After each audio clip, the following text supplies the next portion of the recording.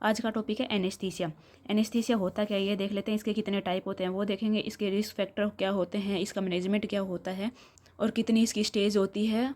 Anaesthesia देने से पहले अपन चेकअप करवाते हैं, कौन कौन से टेस्ट करवाते हैं, और क्या एनेस्थीसिया देने से पहले अपन कौन सी मेडिसिन देते हैं और क्यों देते हैं, ये सब अपन आज देखेंगे। तो सबसे पहले आज इसकी डेफिनेशन देख लेते हैं एनेस्थीसिया की। तो एनेस्थीसिया की डेफिनेशन क्या होती है? It is a stage of temporary और reversible loss of sensation and awareness. इसका मतलब ये होता है कि ये एनेस्थीसिया एक ऐसी स्टेट होती है जिसमें अपन क्या करते हैं, जो मेडिसिन वगैरह देते हैं उसकी वजह से क्या होता है, टेम्परेरी और रिवर्सिबल जो सेंसेशन होते हैं और अवेयरनेस होती है उसका लॉस हो जाता है।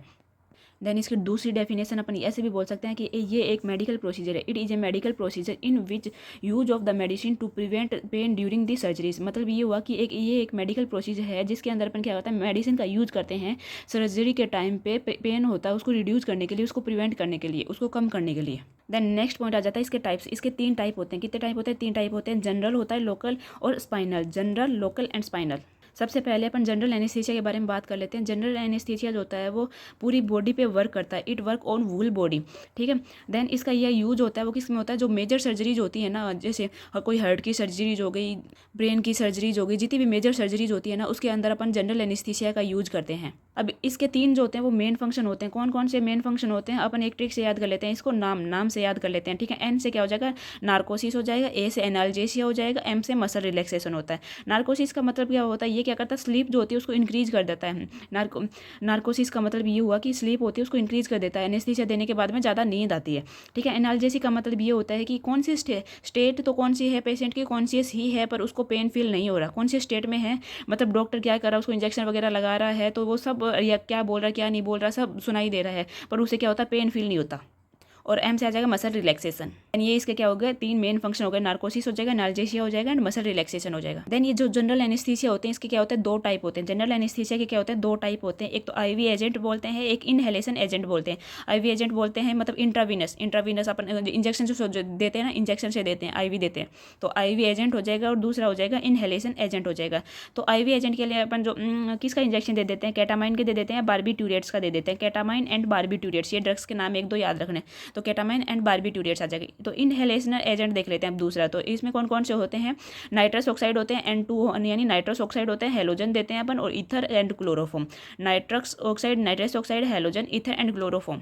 अब सेकंड टाइप जो है वो पढ़ लेते हैं, लोकल एनेस्थीसिया। लोकल एनेस्थीसिया में क्या होता है, इसका क्या होता है, यूज्ड एट लोकल एरिया और a particular area during surgery. मतलब किसी भी एक लोकल या पर्टिकुलर एरिया पर इसका अपन क्या करते हैं, यूज़ करते हैं। अपन जो जनरल एनेस्थीसिया था वो वर्क कर रहा था पूरी बॉडी पर, ये एक लोकल या पर्टिकुलर पार्ट पे वर्क करता है, ठीक है।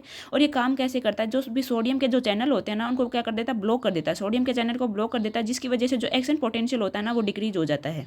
सोडियम के चैनल्स को ब्लॉक कर देता है जिसकी वजह से क्या होता है, एक्शन पोटेंशियल डिक्रीज हो जाता है। तो इस तरीके से ये अपना क्या करता है, काम करता है।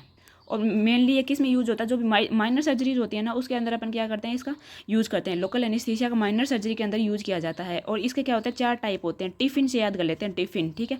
नॉर्मली इसके नाम याद रखने कौन कौन से होते हैं, एक तो टॉपिकल हो गया, एक इनफिल्ट्रेशन हो गया, एक फील्ड ब्लॉक हो गया और एक नर्व ब्लॉक हो गया, ठीक है। टिफिन से ये चारों नाम याद आ जाएंगे, topical, infiltration, field block and nerve block. Then अपन देख लेते हैं कौन सी ड्रग इसमें यूज़ की जाती है। जो ड्रग यूज़ की जाती है वो क्या होता है, लिग्नोकेन होगी और प्रोलियोकेन होगी। लिग्नोकेन एंड प्रोलियोकेन अगर याद करें तो पल से याद कर सकते हैं, क्योंकि अपन क्या करते हैं, लोकल एनेस्थीसिया ये मान के चल लेते हैं कि अपन जो लोकल एनेस्थीसिया दे रहे हैं वो एक पल के लिए दे रहे हैं, मतलब ये मान लेते हैं, ठीक है। तो पल तो पी से क्या जाएगा, प्राइलोकेन एंड एल से आ जाएगा लिग्नोकेन। प्राइलोकेन एंड लिग्नोकेन याद करने की ट्रिक है, वरना किसी और तरीके से याद हो तो वैसे कर लेना।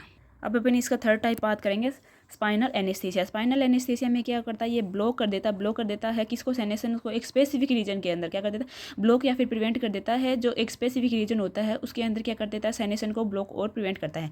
जैसे कि स्पाइनल में कर देता है, ठीक है। सच एज स्पाइनल के अंदर क्या कर दिया इसने, क्या कर दिया, जैसे जो भी सेनेसन हुए उनको क्या कर दिया, प्रिवेंट कर दिया, ब्लॉक कर दिया, ठीक है। इसकी जो मेन साइट होती है वो कहते हैं, एक तो सब एरिकनोइड स्पेस होती है, सब एरिकनोइड स्पेस होती है। एक 3rd एंड 4th लंबर जो वर्टिब्री होती है ना उनके बीच में जो स्पेस होता है ना वहाँ भी देते हैं इसको। 3rd and 4th lumbar इंटरवर्टेबल space जो होता है ना उसके बीच में भी इसको क्या कर देते हैं अपन, दे सकते हैं। और क्या होता है, सब एरिकनोइड स्पेस होता है वहाँ भी इसको दे सकते हैं। तो ये इसकी क्या होगी, साइट होगी, मेन साइट यही होती है इसकी स्पाइनल एनेस्थीसिया की। देन इसमें जो ड्रग्स यूज की जाती है वो कौन से होते हैं, जाइलोकेन होती है और लिग्नोकेन होती है। जाइलोकेन एंड लिग्नोकेन इसमें ड्रग यूज की जाती है, ठीक है। और कब कौन कौन से किस किस में इसका यूज़ किया जाता है। यूज्ड इन पर अपन पर रेक्टल एग्जामिनेशन करते हैं तब क्या होता है, स्पाइनल एनेस्थीसिया देते हैं, या फिर हर्निया का ऑपरेशन वगैरह करना हो, या अपेंडेक्टोमी करनी हो, या फिर जितने भी क्या होता है यूट्राइन सर्जरी हो, यूट्रस की जितनी भी सर्जरी होती है ना, यूट्रस की जैसे यूट्रस में स्टोन हो गया तो कोई सर्जरी कर रहे हैं, किसी भी टाइप की हो, या फिर सिजेरियन सेक्शन वगैरह करवा रहे हैं, तो उस टाइम अपन क्या कर देते हैं, स्पाइनल एनेस्थीसिया ही देते हैं। ठीक है, या फिर ब्लैडर में कोई स्टोन हो तो भी अपन क्या करते हैं, स्पाइनल एनेस्थीसिया देते हैं। तो इन चीज़ों में अपन क्या करते हैं, स्पाइनल एनेस्थीसिया दे सकते हैं। अब आगे वाला नेक्स्ट पॉइंट ये देखते हैं कि अपन प्री एनेस्थेटिक चेकअप कराते हैं। नॉर्मली जो जनरल एनेस्थीसिया होता है उसमें क्या करते हैं, पहले अपन प्री एनेस्थेटिक चेकअप कराते हैं। उसमें क्या क्या चेक कराते हैं, सेंसिटिव टेस्ट होता है वो कराते हैं, मतलब जो भी अपन एनेस्थीसिया में जो ड्रग दे रहे हैं उसके प्रति कोई सेंसिटिव है पेशेंट या नहीं है, किस टाइप से देखते हैं ना। ठीक है, सेंसिटिविटी वगैरह शो कर रहा है क्या है, मतलब नॉर्मली ये होता है कि अपन मान लो किसी को एनेस्थीसिया दिया है और वो उसके प्रति क्या रिएक्शन शो करने लग जाए, एलर्जी हो जाए उसको। ठीक है, तो अपने को ये टेस्ट पहले ही करवाना लेना चाहिए। ये क्या होता है, सिस्टमेटिक एग्जामिनेशन करा देते हैं, सिस्टमिक एग्जामिनेशन कराते हैं, जिसमें क्या होता है जैसे सीएनएस और जीआईटी वगैरह का क्या करा देते हैं, एग्जामिनेशन कर लेते हैं कि सही से फंक्शन कर रहे हैं या नहीं कर रहे हैं। ड्रग की हिस्ट्री ले लेते हैं, पास्ट हिस्ट्री ले लेते हैं, पेशेंट की जो भी जितनी भी पास्ट हिस्ट्री होती है ना वो ले लेते हैं, और मेडिकल हिस्ट्री लेते हैं। तो इनसे पता चल जाता है कि उसको किसी ड्रग के प्रति कोई एलर्जी तो नहीं है, कोई रिएक्शन तो नहीं होती उसको। अगर एलर्जी या रिएक्शन होती है तो फिर अपन उसको एनेस्थीसिया नहीं देते हैं। अब एक मेडिसिन के बारे में देख लेते हैं, क्या होता है प्री एनेस्थेटिक मेडिसिन।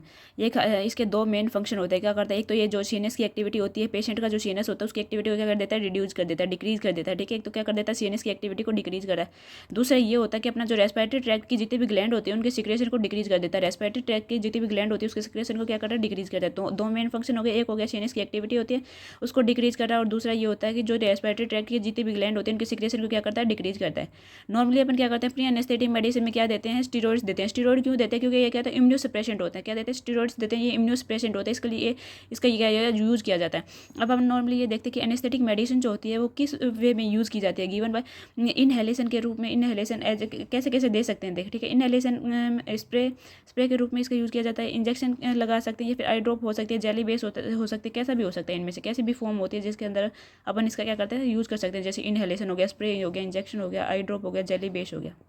अब इसके नेक्स्ट पॉइंट आता है रिस्क फैक्टर होते हैं, वो देख लेते हैं। रिस्क फैक्टर में क्या होता है कि हार्ट या फिर कोई भी ब्रीथिंग की प्रॉब्लम हो सकती है, जैसे हार्ट रेट बढ़ गई हो या कम हो गई हो, या फिर हार्ट में पेन हो रहा हो, या फिर ब्रीथिंग में कोई प्रॉब्लम हो जाती है, पेन होने लग जाता है। जहाँ पे अपन ने क्या क्या एनेस्थीसिया अप्लाई किया है वहाँ पे क्या हो जाता है, पेन होने लग जाता है, हेड एक हो, बैक एक भी हो सकता है, कोई भी एलर्जी की रिएक्शन भी हो सकती है। ये क्या होता है, रिस्क होते हैं, इसके रिस्क फैक्टर होते हैं कि ये दिक्कत अपने को देखने को मिल सकती है जब अपन एनेस्थीसिया देते हैं। क्या क्या होता है, हार्ट एंड ब्रीथिंग प्रॉब्लम हो सकती है, पेन हो सकता है, हेड एक हो सकता है, बैक एक हो सकता है, एलर्जी की रिएक्शन होते हैं, और बहुत सारी रिएक्शन हो सकती है एक्सेट्रा। ठीक है, अब जनरल जो एनेस्थीसिया होती है उसकी क्या होती है, 3 स्टेज होती है। वो स्टेज देख लेते हैं कौन कौन सी होती है। सबसे पहले एक इंडक्शन होती है, एक मेंटेनेंस होती है, एक इमरजेंस होती है। इंडक्शन, मेंटेनेंस एंड इमरजेंस होती है। इंडक्शन में तो क्या होता है, नॉर्मली होता है कि कॉन्शियस स्टेट से अनकॉन्शियस स्टेट में पेशेंट का जाना। ठीक है, कॉन्शियस स्टेट से अनकॉन्शियस स्टेट में पेशेंट का चले जाना, उसको बोलते हैं इंडक्शन बोलते हैं। ठीक है, मेंटेनेंस में क्या होता है, जो अनकॉन्शियस स्टेट है उसका क्या है, मेंटेन रहना। ठीक है, sustain desired level of anaesthesia. ठीक है, वो उसका क्या करना है, सस्टेन रहना। जो भी अनकॉन्शियसनेस होती है उसका क्या रहना, सस्टेन रहना।